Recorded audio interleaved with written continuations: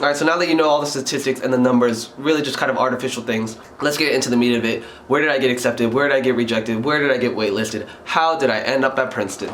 Alright, so I guess first things first, let's do the rejected. I got rejected from UPenn, Yale, USC.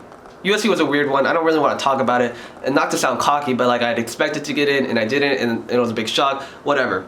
So waitlist, a super annoying process. Basically it means you're not accepted, you're not rejected yet, you're kind of good enough, but you're not super good enough. You're in this weird limbo stage. Basically, I got waitlisted and rejected at Stanford, Columbia, at U Chicago. I applied early to Harvard, and I got deferred to the regular decision, and I got rejected. And then my final waitlist was Princeton, and then I got accepted. The other schools I got accepted to were NYU, University of Texas in Austin, Oklahoma University, UC Berkeley, Northwestern, and Vanderbilt. So yes, I had a great list of schools. I had a lot of choices to choose from, which I'm super grateful for. And looking back, I realized that that wasn't an opportunity that a lot of people had, and sometimes I took it for granted. But honestly, it was the work that I put in. It was the countless hours spent staying up, finishing these papers, finishing these essays, grinding for the past 4 years, doing all these things that at the time I thought were pointless, but at the end of the day really gave me the work ethic, really gave me the drive to not only get accepted to these schools, but have so many options and have so many opportunities. I think that's probably the biggest thing about my college acceptance story, is that I had a wide variety of choices that I could choose from, and great financial aid at all of them. And like I said in the beginning, not to come off like I'm bragging or anything like that, but at the end of the day, hard work will pay off. I can't say that enough, and that if you're a junior or sophomore or freshman right now, literally grind your ass off every single day, put in the work that you need to, and it will pay off. You will get accepted into these top caliber universities. So obviously, as you heard, I was waitlisted at Princeton, and then I got accepted. So let's go into that. Ivy Day. It was what, March 30th of last year, basically when all the Ivy Leagues posted decisions, and probably the most worst day of my life. I remember it very vividly, checking up all those College Confidential forums like I'm sure you guys are going to be doing in a few months, and literally in all my classes, refreshing all my portals, seeing if there was anything. I remember seeing something on College Confidential saying that they were coming out like 6 p.m. Pacific time, so that would be about like 4 p.m. when I got home. So I remember running out of class, going home, and literally like just opened up my laptop and just waited. Worst like 30 minutes of my life, refreshing, waiting. I even like pulled out my Mac camera and recorded it, just in case that I got accepted to any of these schools. I remember just randomly picking schools and opening them in that order.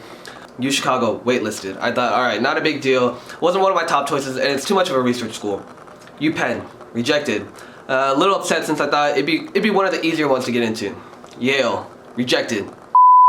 Harvard, rejected. Columbia, waitlisted. Okay, it was my top two choice, so at least it's not a complete rejection. Princeton, waitlisted. It wasn't even in my top 5 choices, so I brushed it off and I didn't even think about it. So at that point, I was at 3 rejections, 3 waitlists, and it was down to Stanford. When I was going through this application process, Stanford was really my top choice, my dream school, and waitlisted. After going through that beating, it was a really brutal time for me. I literally felt like my world was falling apart. Like, I had spent so many freaking months writing out these essays, and it didn't work. It didn't pay off. And yeah, I was super pissed. I was super bummed. You can ask my friends. I didn't want to talk to anyone for a few days. Just felt so annoyed at the system, like it's corrupt, and like why I put in all this work and why wasn't it paying off. And little did I realize that it would pay off. And so it came to the point where I realized that I'm not gonna make it to the Ivy League. That was my dream. That was, you know, what I had been working for the past 4 years. And so then I had to make a choice of what school I was going to. The top schools on my list were obviously Vanderbilt and Northwestern. NYU I was definitely looking at. It was just a little bit too expensive. So I went out there, I went out to Northwestern, took a tour, and then we drove to Vanderbilt in Nashville. I toured both campuses, and I ended up deciding that Northwestern was the best fit for me. I thought that's where I was going to spend the next 4 years of my life. And to be completely honest, I didn't feel like that was the perfect fit for me. I stepped onto campus and I realized this isn't where I want to spend the next 4 years. What's up? Who are you talking to, the world? I stepped on the campus and something didn't feel right. I remember my English teacher, Mr. Words, telling me, as soon as you step on a college campus, you know it's going to be the right fit for you. Basically what he means by that is you'll feel it. I mean, you'll have a certain vibe about the people, about the community, about the campus itself that you're really going to vibe with, that you're really going to realize that all right, this is the best place for me. And so there was something weird. I didn't feel that at Northwestern. So fast forward a few months, I accepted my offer at Northwestern, found a roommate, and the more I thought about it, the more I started to get a little excited for it. And then I get a call. I really remember this day. I was in Mr. Washler's U.S. government class, 4th period, and it was a call from Princeton, New Jersey. And mind you that I had seen on College Confidential forums that the waitlist decisions were coming out this week. And so when I saw that call, my heart skipped a beat. I was like, oh shit, is this actually happening? I stepped out of the hall, I answered the phone. The lady, she says, hi, is this Nicolas Chae? I'm like, yes, who is this? She's like, hi, I'm calling from the Princeton undergraduate admissions. I just want to say congratulations, you've been accepted off the wait list. And literally my heart just dropped. I was like, I was speechless, and I literally didn't know what to do. I ran back into my class, I told my best friends, Amherst and Cardiac, I was like, holy shit, like I just got off the wait list at Princeton, and they're looking at me like, is this actually happening? Like, is Nick Chae actually going to the Ivy Leagues? And that was a big moment for me. I said, thank you so much. She said, you're gonna get the official letter in the mail in a few days. And I was in disbelief. I hung up the phone, I called my mom, and I was like, Mom, I just got into Princeton. And she was like, what? I was like, I got into Princeton. She like started screaming, she started crying, and she knew that like this was really like the #1 university in the nation. And so obviously she was super proud of me. Obviously we had a lot of thinking to do, because I mean it came out of nowhere. For the past months I was thinking that I was going to a school in Chicago, Northwestern, but now I'm going to the Ivy League, and that's a huge mind switch. It's a huge thing to consider. Like, is this really going to be the right environment for me? Am I really going to fit in? Is it going to be too competitive? Am I not going to enjoy my time? Where at a school like Northwestern, I'm sure I could be kind of at the front runners, but at a school like Princeton where it's so competitive, I was going to be struggling to fit in and be in like the middle of the pack. So that was a big thing I had to cope with. But obviously I ended up here. I'm super happy with my decision. I wouldn't have changed it any other way.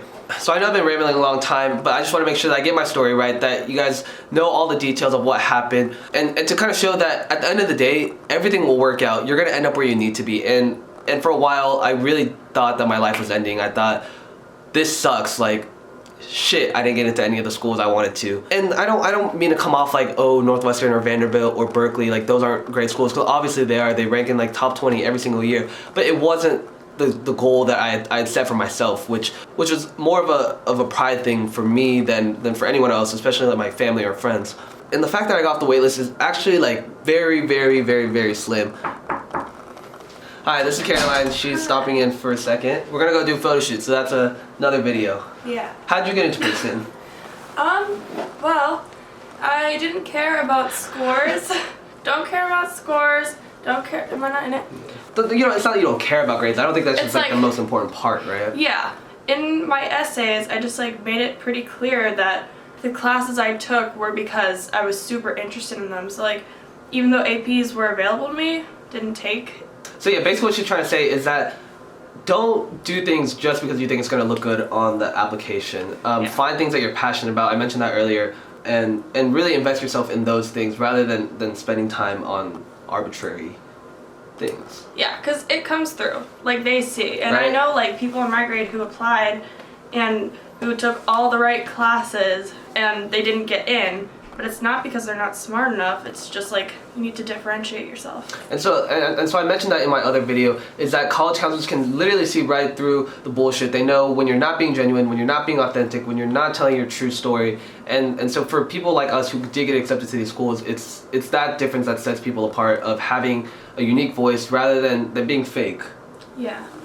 But also, like, if you don't get in, it's because you're not meant to be here. Not because you're not good Right. enough, but it means that like you're meant to be somewhere else. I was just finishing up that part of like, no matter where you end up, you're gonna have a great time. College is really all about like what you put into it, you're gonna get out of it. Meaning that if you devote yourself and find the opportunities at your specific school, you're gonna do just as great at a state school than you could at an Ivy League.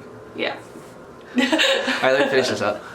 So yeah, that kind of wraps up my college application story. I hope this helped some of you guys get an insight on my scores, on my statistics, on kind of like the extracurriculars that I did, because I did have a unique story. Not a lot of people do photography, which is kind of like why it helped me. Obviously, I had good academics, I had good extracurriculars. I was very well balanced in that I managed my grades, but at the same time, I had a social life. I was active in the marching band, and in music, and in photography. I hung out with my friends and family, meaning that you don't have to kill yourself to get these perfect scores or study or have this 4.0. You want to make sure that you're really enjoying high school. I say this all the time, but high school is really where you make a lot of your memories. It's where you make a lot of your friends that you're going to keep in touch with throughout college, and so you want to cherish those last few moments of senior year. If you're watching this and you're a senior now, obviously it's too late, but if you're a freshman, sophomore, junior, make sure you guys are working hard every single day, putting in the work that you need to, but at the end of the day, know that everything happens for a reason, and you're gonna end up where you need to be. You're gonna find the right school, you're gonna find the right fit. Even for me right now, like I'm struggling at Princeton.